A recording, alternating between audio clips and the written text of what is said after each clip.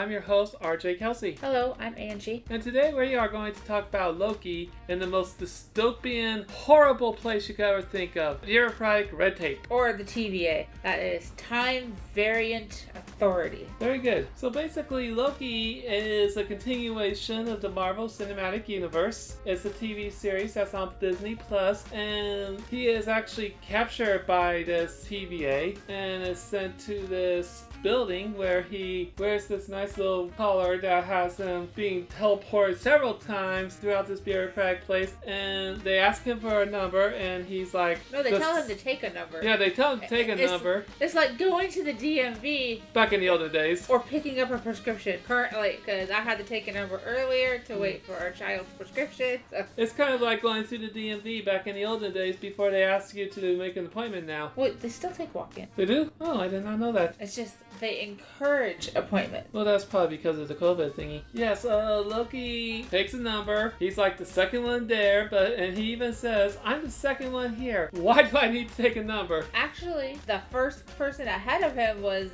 taken out before Loki even took his number. So obviously he was next. Yes, basically, I don't know. I think the first person said or did something that was inappropriate, and they basically disintegrated his He butt. refused to take a number. He refused to take a number? He refused to take a number, Okay. and they disintegrated him, and Loki's like, okay, I'll take a number now. Yeah, I'll take a number. And then, as he's going through all this, they keep putting him in the past, so he's just moving around, and that's also how it kind of feels like in a bureaucratic situation. Yeah, except they don't have a remote control to point at you to keep rewinding. No, they just tell you to take a seat and wait forever and a day. Believe me, I've been to the DMV. I know these things. Yeah, it wasn't just the DMV. They do the same thing other places too. Well, yeah, any place that has government red tape, bureaucracy. Yeah, basically. And even, if you want something that's bureaucratic, you still have to go through that whole red tape BS that they always put you through. Like building permits. If you want a copy of your birth certificate, they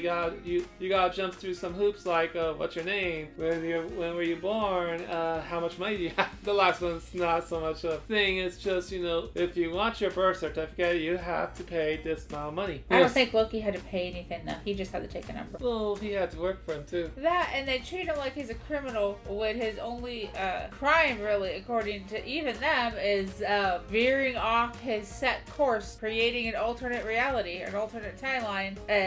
He's arrested for that. Which is also pretty dystopian when you think about it. When if you go off your set course, so if you go off your timeline that some arbitrary deities put up, then yeah, you're in very big trouble. But that's kind of the human nature, is to go outside the box. And as we find out later, all these people he's dealing with that treat him like a criminal for being a variant are also variants. Yes, as a matter of fact, I think the only person who's not a variant is the judge, who turns out to be the villain. Yeah. And of course, the person who keeps the timeline going, so there's no branching off of other timelines, who is eventually killed. Spoiler alert, by the way. Who is eventually killed by the female Loki. But this was a major spoiler alert, because nobody probably would know that, at the end of the episode, there's this person who's controlling all the timelines, making sure it's all linear. Yeah. And if he gets killed, then it branches off, which leads to the multiverse. For those not known, in many comics, the multiverse is God.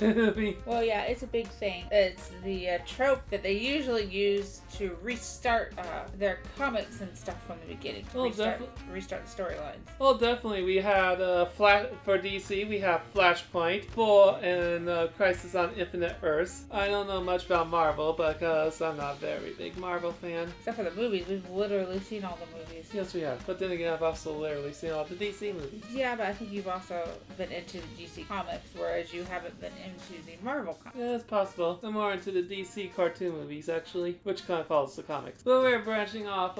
Loki gives this perfect example of bureaucrats and people in power, and I'm going to play that clip for you now. The Time Variant Authority and the gods of Asgard, one and the same. Drunk with power, blinded to the truth. Those you underestimate will devour you. You underestimate me. This applies to more than just bureaucracy. It really does. It applies to so many things. Exactly, and one part of bureaucracy is not to keep you waiting forever. It's because that's just how it operates. And we have politicians definitely drunk on power. I mean, let's face that fact right here. Our politicians are drunk on power. Kevin McCarthy seems to be drunk on power. I don't know why, because he has very little of it. I mean, he basically had 15 votes before he finally became speaker. Something like that. And to get that speakership, he had to basically cut off everything that's from the stomach down. Let's not forget the time police here also have mirroring the real police a little bit in some aspects, like Loki's nemesis at the beginning, the arresting officer or time officer or whatever they're called. What are they called? I think time variant officers. Yes, and so once again, bureaucracies, you know how bureaucracies work.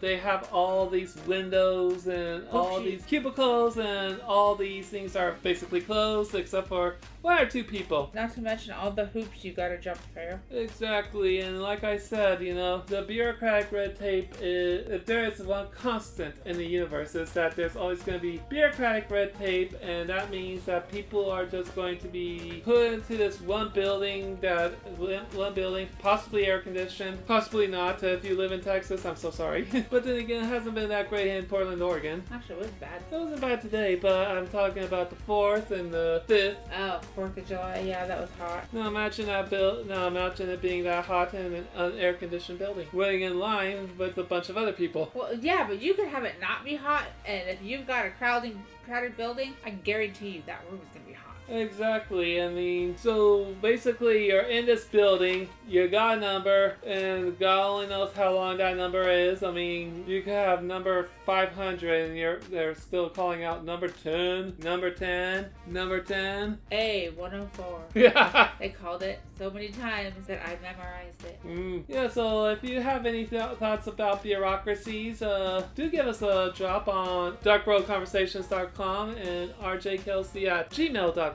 Yep, and you can also DM us, Twitter, Facebook, or Instagram at RJ Kelsay. And like I said, you could easily say, I work in a bureaucracy, you're so full of crap. Or I've been through so many bureaucratic red tape that, you're spot on. Also, you can now check our channel check it out on YouTube. Yeah, which has been out for quite some time because this is the, 8th video?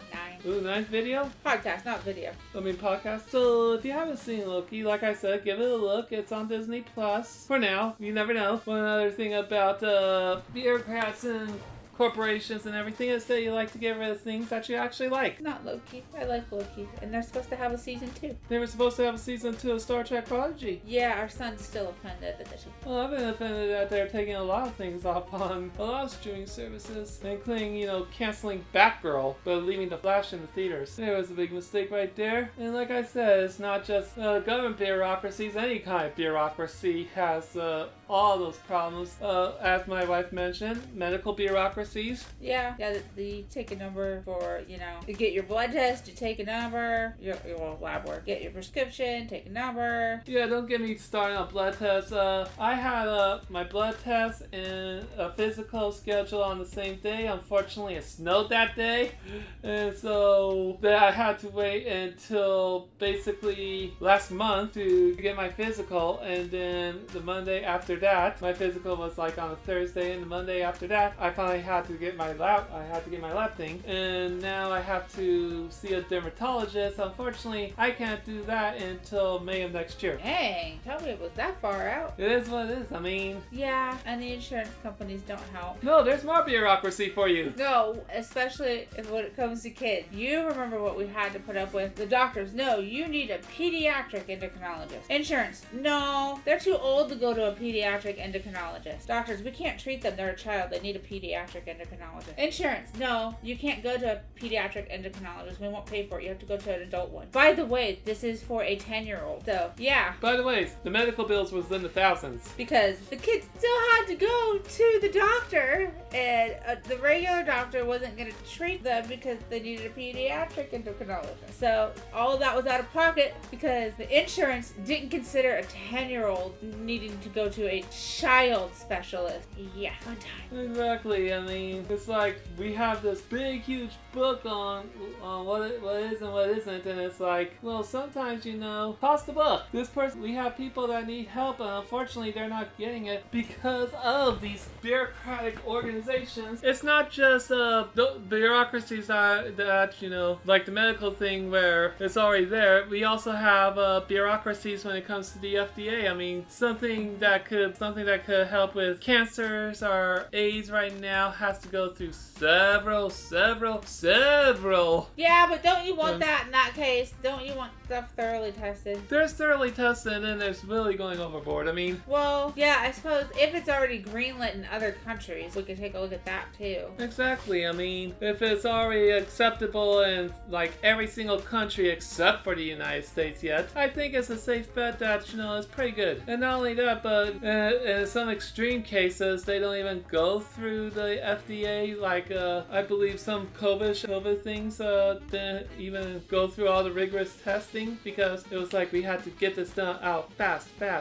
Yeah, I think you might be right. I'd have to go back and look, but I think so. But then again, it's not the same as Trump's FDA, which was basically everything in God's holy kingdom how you could come out of his ass, like drinking bleach. Don't do that, by the way. The FDA disapproves. The bleach company disapproved. Clorox also disapproves. Yeah, but don't worry, it will cure people of COVID. It'll cure you of life too. Yeah, exactly. So I remember that. Well, I don't disagree with that going through the FDA, but when other countries have said no, this is safe, we got evidence. Here's our evidence. We can prove it, and the FDA says no, we still have to go through all this stuff. It's like why? I mean, it's already been approved from other countries. Other countries have said yes. However, I believe they were starting to. Oh yeah, with the latest debt ceiling deal, they were taking funding away from the FDA. Did that actually pass through? Because that's going to seriously impact food. I know that they were taking. I know they were trying to slash the IRS budget. Well, I don't think the FDA is through the IRS. No, it's not. But I remember reading that was part of the deal and the stuff that could come up because of it. Because if that's slashed, right now you can trust that if you go and you buy a steak, you're not going to get mad cow disease. Or if you buy fish, you'll not get mercury poisoning. Yeah. However, that may change. Well, definitely. So, if you know anything about that, like I said, drop us a line.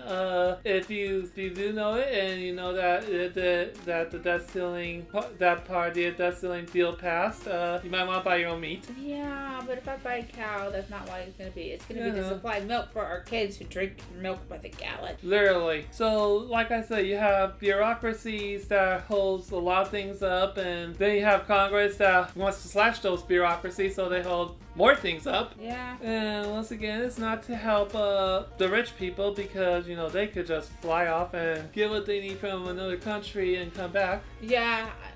If I had the money and they were slashing the FDA, I think I'd buy my meat in another country too. It's for, the poor people who really can't fly off to another country to get food or something. But that's okay. The price of groceries have soared so much anyway that people just won't be able to anyway. So. Well, yeah. I mean, it comes to the point where you basically either put food on the table or buy a car, or even rent a car. Get chickens. Get they chickens. Lay eggs. Get cows. They lay milk. They also trim your grass.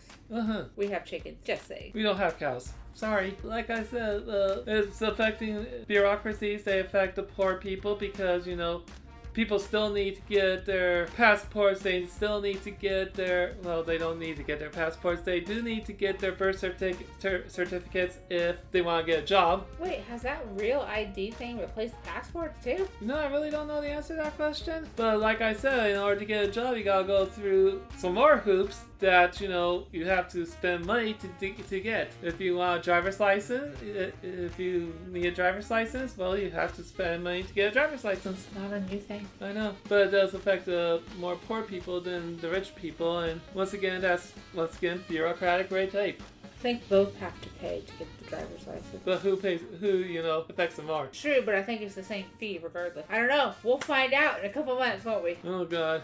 For those who don't know, my kid is about to turn 15, so you may want to stay off the roads. Well, it's not like you're going to teach them how to drive. Yeah, because you'll be too busy doing that. If you hear screaming on the road in Portland, that's because I'm in the car with my crazy 15-year-old. Look who's talking. Seriously. How many wrecks have I been in? At least one. How many wrecks have you been in? Who was the most recent? Okay, that wasn't my fault. That was the ISIS fault. I think the Titanic had the same excuse. And the other person hit me. I was stopped at a light. As for the ISIS excuse, it's the ISIS fault, I think that was the Titanic's excuse. It was the ISIS fault. I had my foot on the brake, but the car just kept sliding right into the fire truck, which took no damage at all. Meanwhile, the whole front of my car was cracked. And like I said, I know these organizations are necessary. I know the DMV is necessary. I know the FDA is necessary.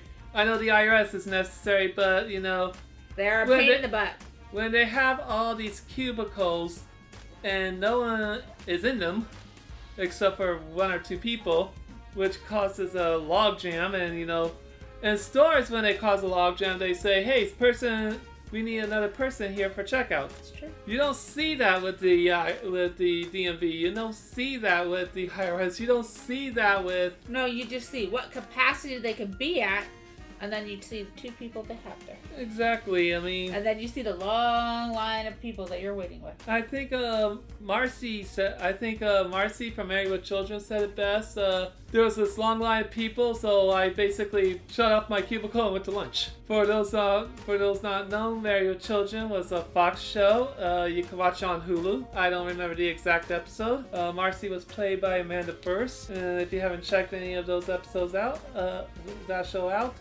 Do so. It's very hilarious. Kind of insulting. Some things I think were on that show probably would not be acceptable today. Although we have a president that feels like the same way. Well, we had. Like I said, even voting seems to have gone out a little bit out of control. Especially when. Not for us. Not for us. We have vote by mail, but for other states, I heard about long lines in the heat, and you can't give them water. That sounds like you're trying to make it really, really hard for people to vote.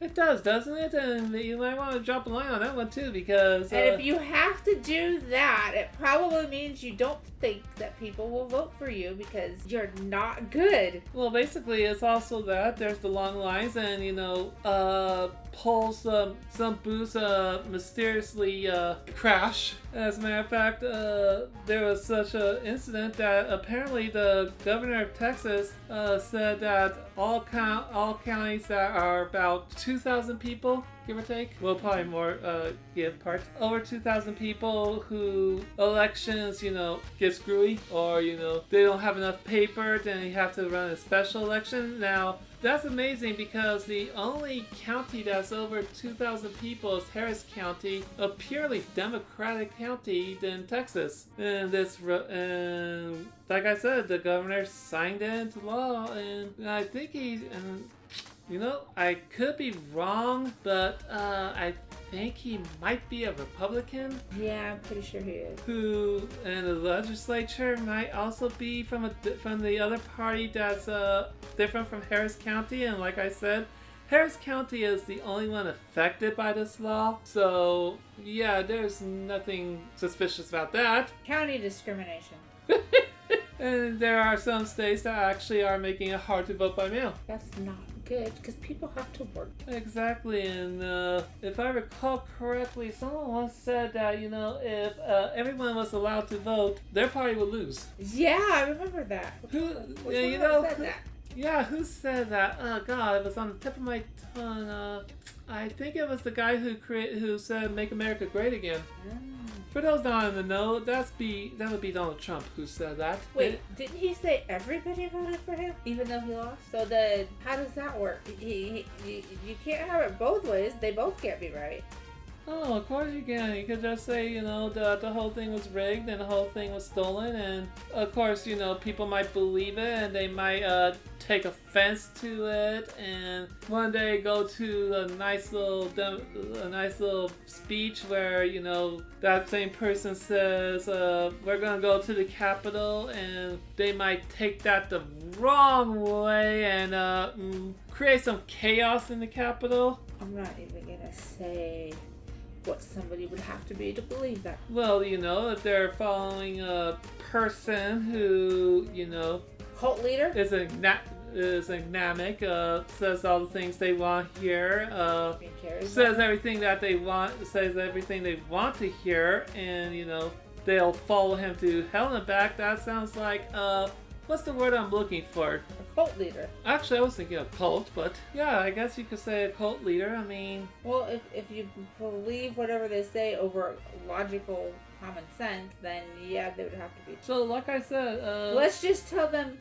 let's just hope he doesn't tell people to drink the Kool-Aid. Yeah, that's true. And like I said, voting is just like the same as any kind of bureaucracy. You're waiting forever. And you go... hopefully you get the results you want, but not necessarily guaranteed. But anyways, I think that's all the time we have for today. I'm RJ Kelsay. And I'm Angie. Join us next week. If you're ever in the DMV or, voting or... Just remember Loki.